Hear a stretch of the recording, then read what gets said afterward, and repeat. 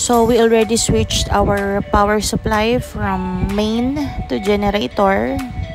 I started my day at 4 o'clock in the morning at isi-share ko lang sa inyo ang sulit hacks na ginagawa ko in my daily lives. Let's start with the automatic dishwasher with 90 tablets. Soap tablets good for 3 months, minsan 4 months pa. And then the air fryer para kakain na lang ang mga kids. Kala mo naman Battelec. Ay nako, wala na talaga kasing solusyon sa'yo, no? Kaya ito na lang talaga ang good way na pwedeng gawin. Meron kasing history kung bakit ko ininvest ang lahat ng to. Aside from lagi nga akong hindi makatagpo ng napaka-reliable na kasambahay, pero hindi ko naman nilalahat ha. Kahit ang bait-bait naman na namin, please, Mamshies, come to think of it. Kukuha ka ng kasambahay, 6,000 ang sahod per month. After 12 months, you paid them 72,000 pesos.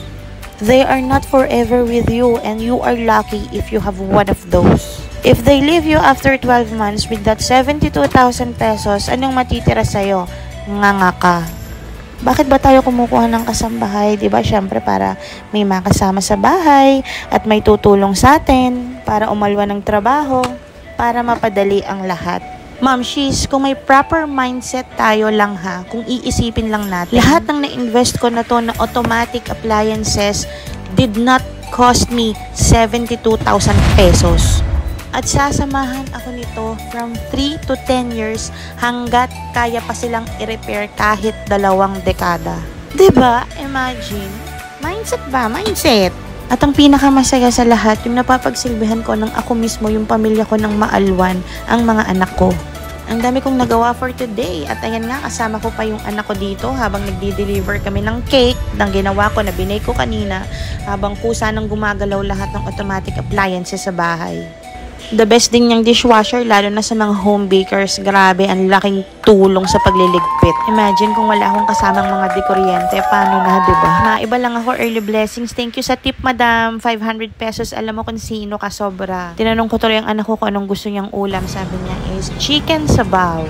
So nakapamalengke pa ako, habang pag-uwi ko, ready na ang lahat. Wala nang dapat isipin. Tulog na tulog silang lahat at walang nagbubunga nga dahil walang aligaga.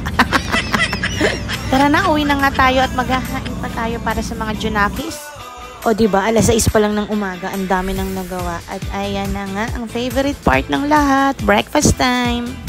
Again, di ko sinasabi guys na ito ay suitable para sa lahat. Kasi marami talaga akong ginagawa, kaya kailangan ko ng mga ganitong bagay. But if you have the most efficient time to do it all, then why not? Good for you.